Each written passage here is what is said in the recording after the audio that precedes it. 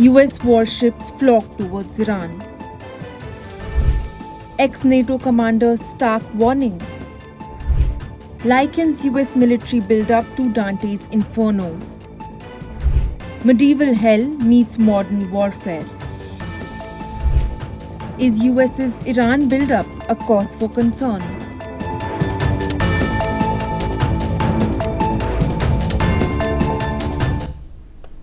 Welcome back. I'm Udar Pratap Singh. You're joining us on NewsX. Dante's Inferno is the first part of the Divine Comedy written by Dante Alighieri in the 14th century. It chronicles Dante's journey through hell, 9 concentric circles of torment guided by the ancient Roman poet Virgil. 9 circles, 9 hells, a descent deeper into chaos. And if you're wondering whether you've accidentally tuned into a literature lecture, no, you haven't. This is NewsX Explained. The United States military buildup is now being compared to Dante's Inferno. That's our big focus this hour. Recently, former NATO commander and military analyst James Stavridis sparked global discussions with his remarks about the situation in the Middle East. He said that the enormous concentration of American firepower is arranged in concentric layers, descending quite literally like Dante's Inferno. According to Stavridis, on the outermost ring are the heavy strategic bombers. These aircrafts can fly in all the way from the United States itself. They can also operate from forward bases, but always at a distance, striking from afar.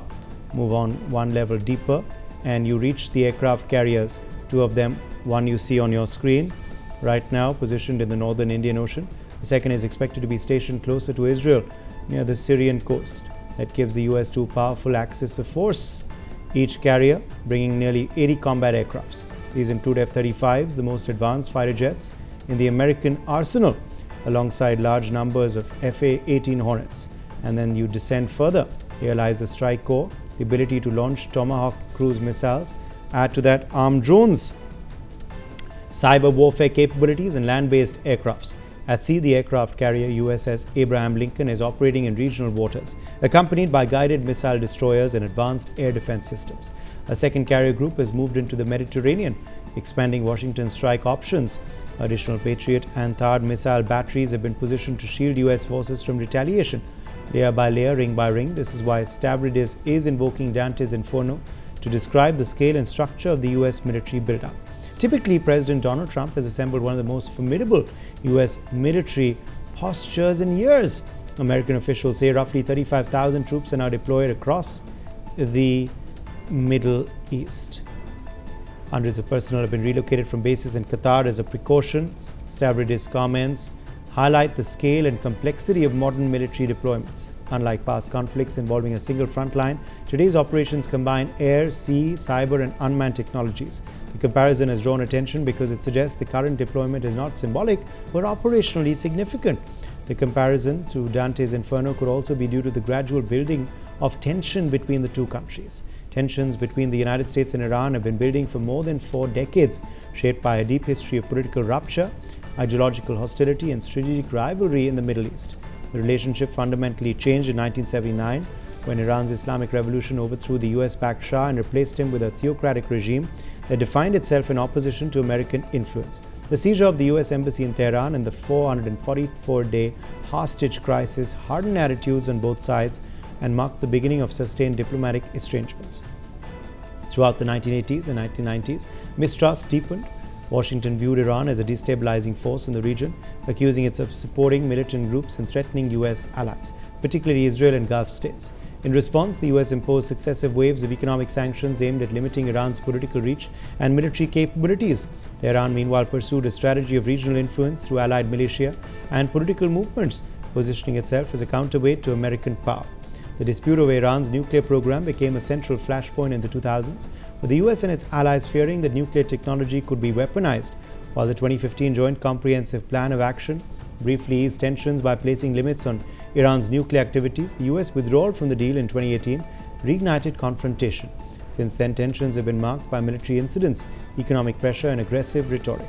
What began as rising tension over Iran's nuclear program and regional posture escalated into open conflict in mid-June 2025 when the US and Israel struck multiple Iranian nuclear facilities. These strikes targeted key sites including enrichment plants at Natanz and Fordo as well as the Isfahan nuclear center, causing significant damage. This was the first direct US attack on Iranian territory since 1988, intensifying regional hostilities and drawing global attention. Today, US-Iran relations reflect decades of unresolved conflict, an entrenched standoff defined by pressure, deterrence, and the constant risk of escalation. Rather than direct war, listen in to what Trump said a month ago about military deployment in Iran and what Caroline Leavitt also said on whether the US could strike Iran or not. And by the way, there's another beautiful armada floating beautifully toward Iran right now. So we'll see. I hope they make a deal. I hope they make a deal. They should have made a deal the first time they'd have a country. Well, there's many reasons and arguments that one could make for a strike against Iran. The president had a very successful operation as commander-in-chief with Operation Midnight Hammer, as you know, as you just said, totally obliterated Iran's nuclear facilities. The president has always been very clear, though, with respect to Iran or any country around the world, diplomacy is always his first option, and Iran would be very wise to make a deal with President Trump and with this administration. He's talking to many people, of course, his national security team, first and foremost, and you know who the members of that team are. And this is something, obviously, the president takes seriously. He's always thinking about what's in the best interests of the United States of America, of our military, of the American people, and that's how he makes decisions with respect to military action of any kind. Trump just 5 days ago said that the world will know over the next probably 10 days whether diplomacy with Iran succeeds or America takes military action.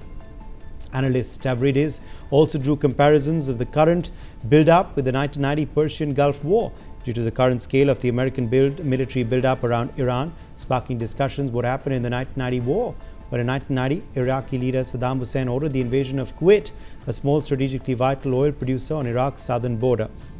Iraqi forces overwhelmed Kuwaiti defenses within days and annexed the country as its own province.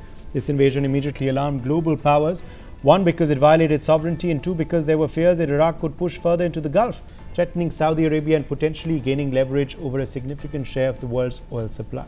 The US, led by President George H.W. Bush, moved quickly to organize an international response to Iraq's actions. The United Nations passed resolutions condemning the invasion and authorizing the use of force if Iraq did not withdraw. At the same time, the US began deploying troops to Saudi Arabia under Operation Desert Shield as a defense measure aimed at protecting Saudi territory and deterring further Iraqi advances. However, in practice, it became one of the largest overseas military deployments since World War II, involving hundreds of thousands of troops, carrier strike groups, strategic bombers, and advanced logistics networks. For months, there was a tense standoff. Global powers imposed economic sanctions on Iraq and made diplomatic efforts to secure withdrawal from Kuwait. However, the scale of the US build-up steadily grew, signaling that military action was becoming increasingly likely. Eventually, the coalition forces launched Operation Desert Storm, which began with a massive air defensive designed to cripple Iraqi command structures, air defenses, and supply lines. This was followed by a swift ground assault that lasted just over 100 hours. Ultimately, Iraqi forces collapsed and Kuwait was liberated. The Gulf War had a lasting impact on military strategy and public perception of modern conflict.